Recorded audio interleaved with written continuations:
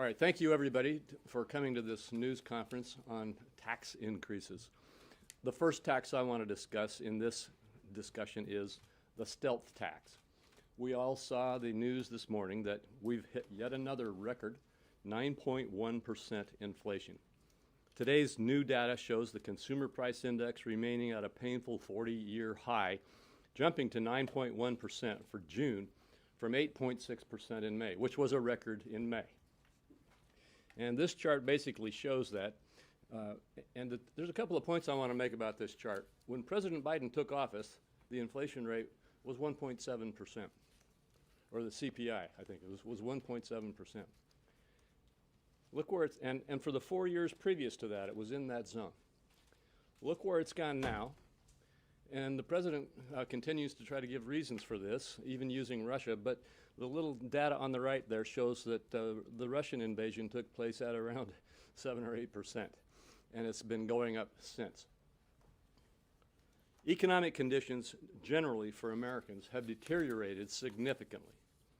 Inflation-adjusted wages of workers are falling. Consumer and business confidence has cratered. Nest eggs of retirees and workers are eroding from a double whammy of inflation and lower retirement account values. And the odds of recession have been rising, and stagflation is an imminent threat. Nonetheless, in the face of all of this, the Democrats want to raise taxes, including on the middle class, as we will show in a minute, and taxpayers earning far less than $400,000. The Biden administration proposed $2.5 trillion in tax hikes in its Green Book. Last year's House-passed Build Back Better Act was more than $1.5 trillion of new taxes. Now, my Senate colleagues are talking about a so-called slimmed-down package of tax hikes in the realm of $1 to $1.5 trillion. There is nothing slim about these tax hikes.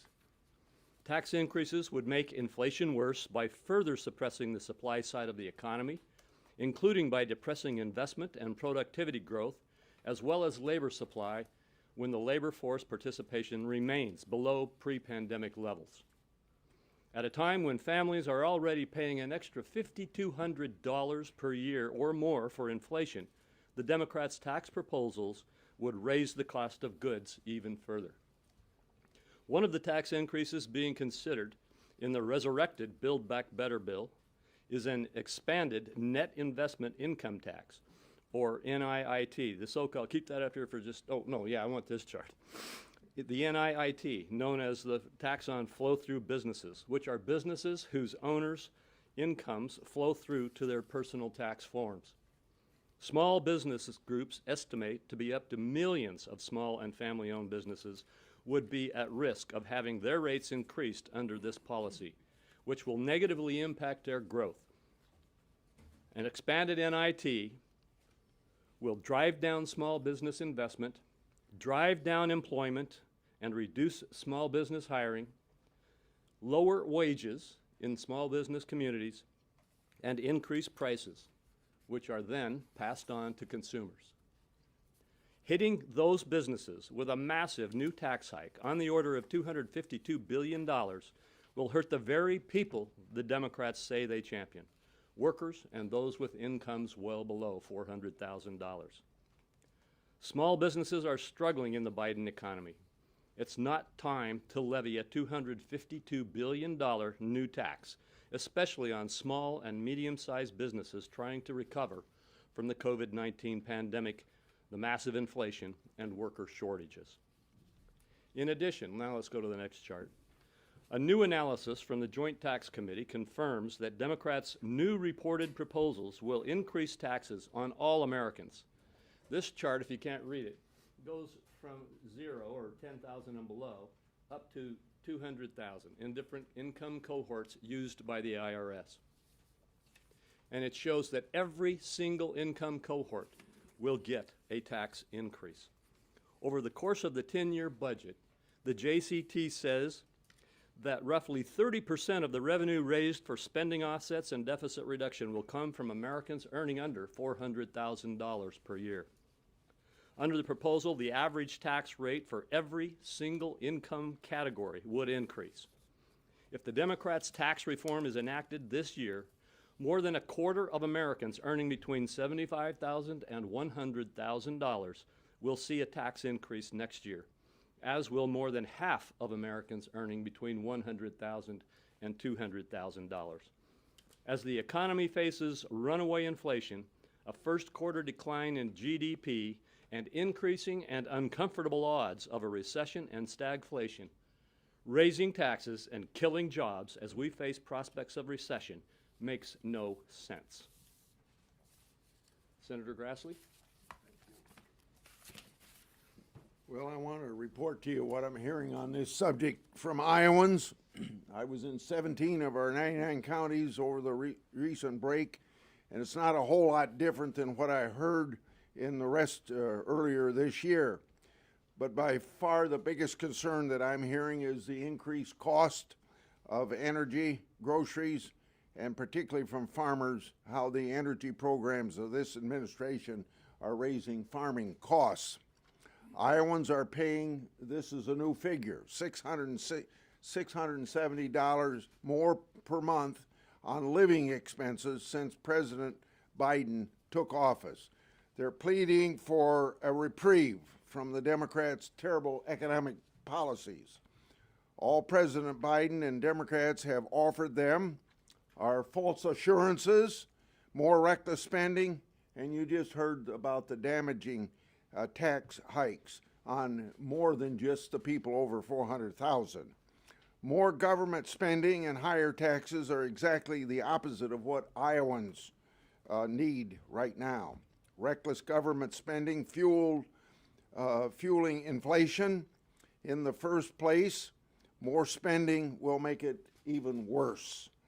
Their proposed tax hikes would further squeeze a middle class that's enduring hurt the most by inflation. Democrats' tax hikes on job creators, like this pass-through income that you just heard about from Senator Crapo, would inflict further damage by suppressing business investment and lowering productivity. To combat inflation, we need more production, not less. And you get less production if you don't have more investment. Democrats have had their way for 18 months, and it hasn't worked. It's time to stop the reckless spending and work towards common sense, bipartisan solutions. Senator Cornyn? There's an old expression that when you find yourself in a hole, quit digging. But that just seems like what the Biden administration continues to do, continues to dig the hole deeper and deeper and deeper. And there's no subject that hits closer to home than the cost of gasoline and fuel for your vehicle. This is where inflation has perhaps demonstrated its the pain, the silent tax you heard about to most people most directly. And you would think that the Biden administration would understand the basic laws of supply and demand. The one reason why prices are high is because demand is high. But when demand's high, if you want to lower the price, you increase the supply. And unfortunately, because of the ideologically driven energy agenda by this White House, rather than have domestic producers in places like Texas and elsewhere produce more oil and gas here in America, President Biden is doing really the unthinkable. He's going to talk to Mohammed bin Salman in Saudi Arabia about Saudi Arabia increasing its energy production. Obviously, this is upside down. We could create more good jobs across America and bring down the price of gasoline at the pump and provide some real relief to American consumers if we would just produce more energy here at home. Senator Young. I know the Biden administration has been short on answers about how to provide relief to our businesses, to American families, as we see inflation manifesting itself in countless ways. big and small. Back in Indiana, I'll tell you, people can talk about very little as it relates to their lives and public policy when I interact with them, aside from the price of utilities and gas and housing and groceries. This is one of the painful things about inflation, is when you find yourself in an inflationary environment, it's very difficult to get yourself out of it. And we could have avoided this predicament. It's something I've discussed through members of the media a number of times in the past. We could have avoided a situation where we injected $1.7 trillion into a rapidly growing economy that counters any conventional economic wisdom that we've learned over the years. But nonetheless, here we are. So we need to find a way out of this mess. And this is perhaps a news alert to the Biden administration, but probably to no one else here or around the country. Tax increases aren't going to provide relief to our businesses. They're not going to provide relief to rank-and-file Hoosier families. We certainly can do better than this. Look, inflation is already forcing the average U.S. household to spend an extra $5,200 this year. $5,200. Now, I know this probably is not a lot of money to certain people who populate the White House. Might not be a lot of money to some of the people in this room, but $5,200 is a lot of money to the average American household. I know back in Indiana, $5,200 can make or break an administration. It can make or break a presidency. So this president needs to figure out that he's headed the wrong direction with these proposed tax increases. Senator Schumer and Senate Democrats would be wise to heed this as well as they consider this reconciliation package that they continue to advance. This is basically repurposed Build Back Better for the uninitiated. And let's work together on some bipartisan solutions. We have national security challenges. We have a problem at our southern border. There is some common ground to be found with respect to certain issues related to our economy, the need to reskill our workforce. Let's work on all of those things. And the Biden administration should know this. I don't anticipate them changing their agenda. So we'll be carrying this agenda to the American people come November. And they'll be able to register their opinion about the extent to which Democrats wisely handled our inflation challenges. I think they will register their opinion that even the consideration of a massive tax hike on rank-and-file Americans in this atmosphere is ill-advised and certainly not in the best interest of our long-term economic health. Senator Portman. Thank you. I appreciate Senator Crapo for having this meeting today. Look, this is the most punitive tax of all. We just got the numbers this morning from Ohio, $8,300 a year in additional spending on energy, on food, utility bills generally, on clothing, $8,300 a year. That's based on our numbers that we have in Ohio on January till now in terms of inflation and extrapolating that out for the rest of the year. That's impossible for people to handle if they're on a fixed income. A lot of lower middle income folks in Ohio are suffering the worst, some of whom have long commutes. I'm hearing from them. I was home over the break to talk about other issues, but pretty much everybody got around to inflation, no matter what the other topic was that we talked about. And this is something that unfortunately is going to get worse, not better, unless we change policies. So we have the worst inflation in 40 years. We've got this 1.3% last month. By the way, when you extrapolate that over the next year, that's 16.8%. I mean, that's just unimaginable, even higher than the Carter years. So what do we do? Well, I think Senator Cornyn said it well. You know, we've got to deal with the supply side. Demand reduction is not where we want to go with higher and higher interest rates. Some of that's necessary at this point, I suppose. What we want to do is help on the supply side of the economy, including producing more fossil fuels here in this country and all forms of energy in order for us to see the price go down at the pump and the utility bills go down. We want to see regulatory relief and certainly not tax hikes, but rather more pro-growth policies as we had before the pandemic.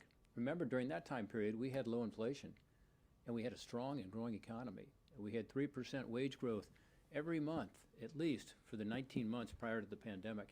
Now we see just the opposite. Wages are growing, but not nearly as fast as inflation. So everybody's feeling like they're losing ground. And what the Democrats' answer is, instead of helping on the supply side, doing things that are counter-inflationary, is they're proposing things that are going to make it worse. This chart is an example of that. And by the way, it does hit people well under $400,000 a year. But the bigger point is that it's pro-inflation. Because when you tell a pass-through company, which is 99% of the small businesses in Ohio and around the country, you're going to have to pay more in taxes, where does it come from? Well, a lot of that gets passed along to the consumer. Some of it comes out of workers' wages. But all of that is going to add to inflation. So this is exactly the wrong way to go. I'm a pass-through owner. A lot of my colleagues are. I grew up in a pass-through company. We used to get a dividend for one reason only, that's to pay taxes. The rest got reinvested in the company. And yet it all showed up on the individual income tax form because it passes through to you. So I think a lot of Democrats maybe don't realize that's how these companies work. And when you're saying you're going to put taxes on the person who has that income reflected in their individual income tax rate, they take that often out of the company and or, again, pass this along to the consumers and to the employees. So my hope is that the Democrats will see that this is the wrong way to go. Don't add more stimulus spending. That's one thing they're talking about. Don't tax America's small businesses. That's pro-inflationary. Instead, do what we did before the pandemic that was working for everybody, particularly for lower and middle income workers. They were the ones who benefited the most from that growing economy and rising wages. If we do that, we'll begin to get out from under this unbelievable inflation that we're now facing and begin to get the country back on track. Senator Langford. This past weekend, I was sitting in my living room for a moment. I was going through a box that my mom had actually packed more than almost 50 years ago, I guess now. I was going through this box, and in this box she had random items that were in it, and one of them was a newspaper actually from the late 1970s. So as I'm going through this box of some things are 60 years old and some things 50 years old, I rented this one that's just over 40 years old. And as I pull out this newspaper, I started just flipping through it to be able to see what were the stories at that time. And one of the stories there was about Jimmy Carter meeting with the Saudis to talk about them increasing oil production to try to bring down the price of oil and increase access in the United States. And as I read that story, all I could think is, history is repeating itself.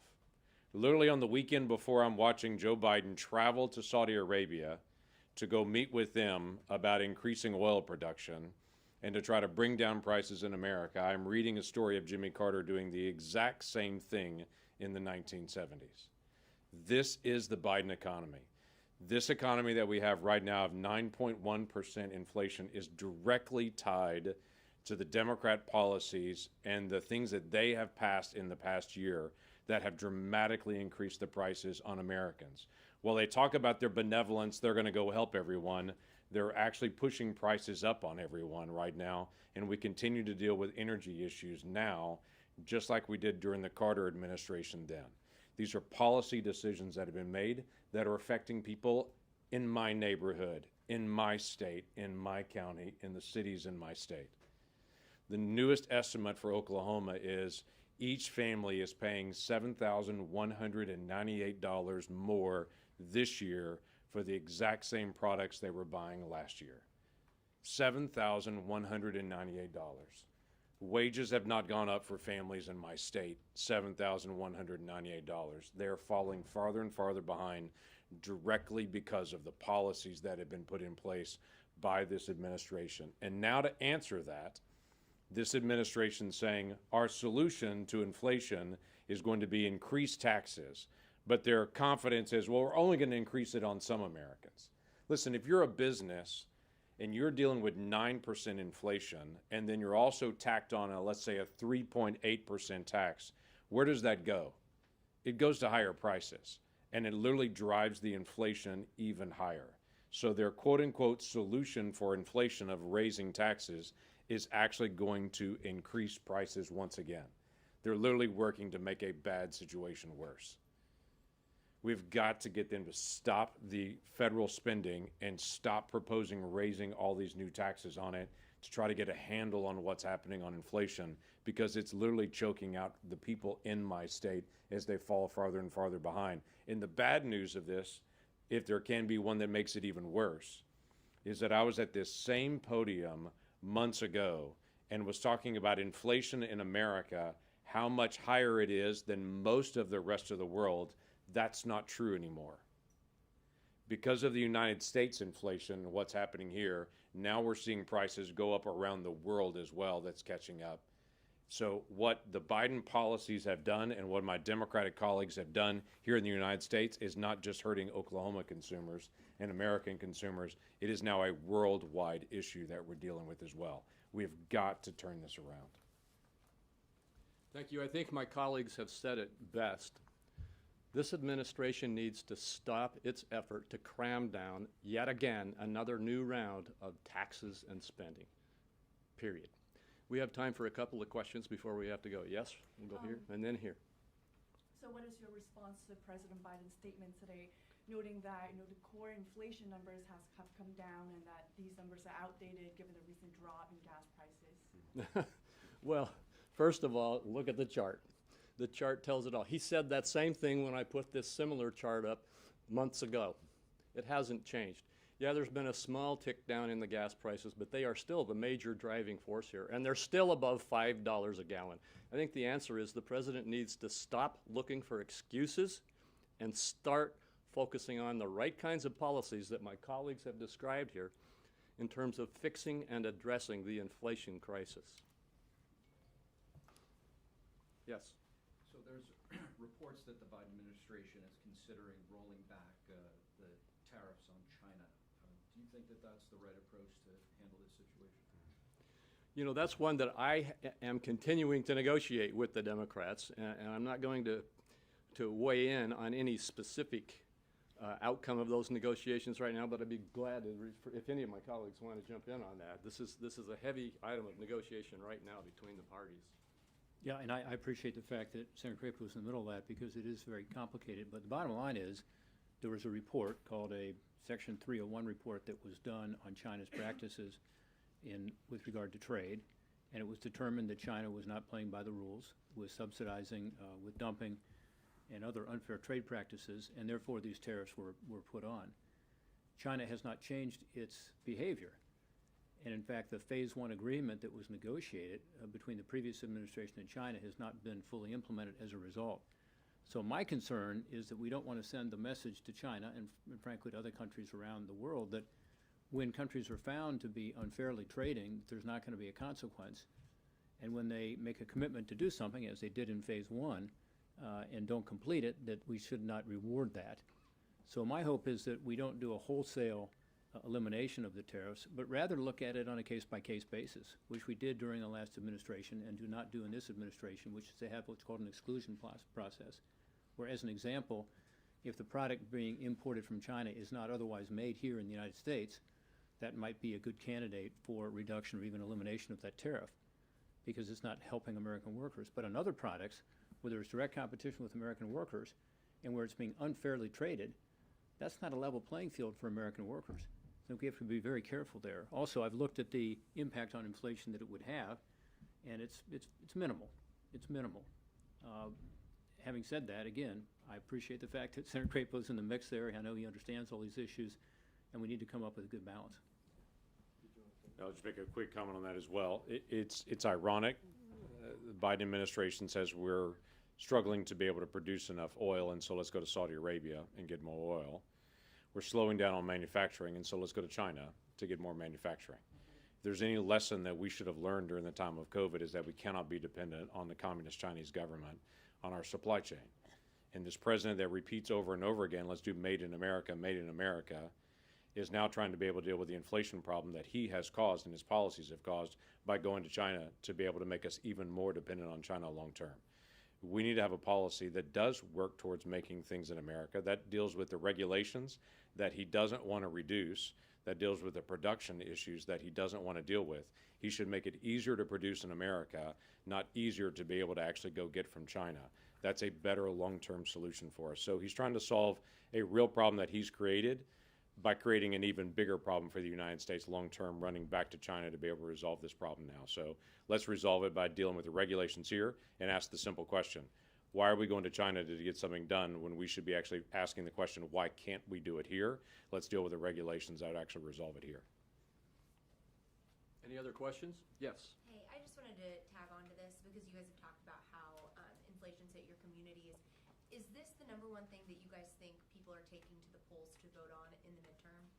I can speak for Idaho, and the answer is yes. It's their number one issue by far. And in fact, if you look at the number 2, 3, and 4 issues, they all connect and relate. The people of this country understand how an economy works, and they understand why this economy is in an inflationary spiral upward, and they want us to address it with the kinds of reasonable solutions that Senator Portman just went through. They want us to address the supply side. They want us to address the overregulation. They want us to stop throwing gas on the fire. And maybe you should talk about Ohio, but in Idaho, the answer to your question is yes, this is number one. Yeah, I think it's a great answer. I mean, people are smart. They get it, and they understand that this was as a result of some policy changes that were made, in addition to, on the supply side, the obvious issue of COVID. But we knew that going into, the post-COVID, intense COVID period. And instead, we did just the opposite of what we should have been doing in terms of increasing supply. So adding more regulations, threatening to add more taxes, and sending a strong message to our energy sector that we were going to stifle production in this country, as we're now starting to look overseas for production, which is interesting because, by shutting down Keystone on day one, billions of dollars of investment, by saying we're not going to approve new leases on federal lands or water, by saying that we're going to restrict permitting, including through the waters of the U.S. regulations. These were all things that were done by the administration. And by the way, consistent with the campaign, where they said we're going to do all we can to discourage the production of fossil fuels. All these things add up. People get that, and they see it, and they see the result at the gas pump, and they see that that's what they find at the stores. And when they're trying to figure out how to make ends meet at the end of every month, people are just in shock by these increased costs. Particularly, as I said, the middle and lower income Americans who I represent, who don't have any buffer in the budget. Like, that's it. There's not a couple $100 lying around, much less $8,300 a year. People on fixed income, seniors, they're really having a tough time. One thing that hasn't been mentioned today that I think should be is that this started really with an overstimulation of the economy. It was, as Senator Crapo just said, putting fuel on the fire. And this was in March of last year, so 15, 16 months ago. And at the time, a number of us said, look, the outside analysts and the Congressional Budget Office, which is nonpartisan here in Congress, are all saying the same thing, which is this economy's taken off on its own. In fact, CBO said that by June 30th, mid-year, we'd be back to a pre-pandemic economic growth level. So the economy was already improving. And we warned that if you do this massive amount of spending, $1.9 trillion, most of which had nothing to do with COVID, the biggest spending bill by far Congress ever passed, more stimulus than ever, that you're going to overheat the economy and risk increasing inflation. It wasn't just us. It was also famously Larry Summers, former Treasury Secretary, and other Democrats who were looking at this objectively and saying, from an economic point of view, this doesn't make sense. There was an alternative. You may remember that a bunch of us went down to the White House, Republicans, 10 to be precise, which is enough, with 50 Democrats to have passed something and said, here's our proposal. Let's focus this just on the issue at hand, which is COVID, shrink this down substantially and not make it a stimulus package. We were rejected. In fact, the day after our meeting was the day that Senator Schumer made an announcement that they were going to do the $1.9 trillion under reconciliation, where they needed 0 Republican support. So I will say, you know, when you look back over time and how we got to where we are, we have to acknowledge the fact that this was a deliberate policy decision that was made, and it's resulted in these numbers that are just overwhelming for the people I represent. On that same thing, some Democrats are talking about a need for potential more COVID stimulus specifically, whether that's to increase vaccines, anything. If the administration asks for that, do you think there's anybody on your side of the aisle that would approve or would be in support of more money for COVID relief at this point? Is this like? Yep. Yeah, the answer is yeah. I'm not a part of that group, but maybe, are you working with? Well, I mean, there was a proposal, as you know, put out by a bipartisan group, including Senator Romney representing Republicans, saying we can pay for it out of the ARPA funding, the American Rescue Plan funding. I mean, every town and city in America is making announcements recently about how they're using their ARPA funds. I challenge you to do a story on it because you'll find that very little of it has anything to do with COVID. I mean, it's fine projects, it's a new city park, or it's, you know, it's something that has to do with infrastructure, which we've funded generously now through the infrastructure bill. But there's just a lot of money that was put out that could be repurposed for this. And there was an agreement, you recall, between Senator Romney and I believe it was Senator Schumer. Anyway, there's an issue right now as to new money, but not as to repurposing existing funds, and there's extra funding out there. So I think that's where you could see a bipartisan compromise. And Rob reminds me of a couple of points I want to make. One is this discussion that has been going on, and there has been a discussion about that need. It's a much smaller discussion, COVID-related, and it is offset. It is not new spending. And that kind of discussion is something worthwhile. If there are things needed on COVID that need to be done. Rob correctly pointed out the fact that there are hundreds of billions of dollars of that 1.9 trillion that have not yet been spent out, and that we are trying to find ways to get that redirected or clawed back so that we can stop this overstimulation. The other point I want to make, just remake, is this chart is not that old $1.9 trillion bill. This is the new proposal to pile on top of what we've just been talking about, and this is taxes only. There will be spending matching this.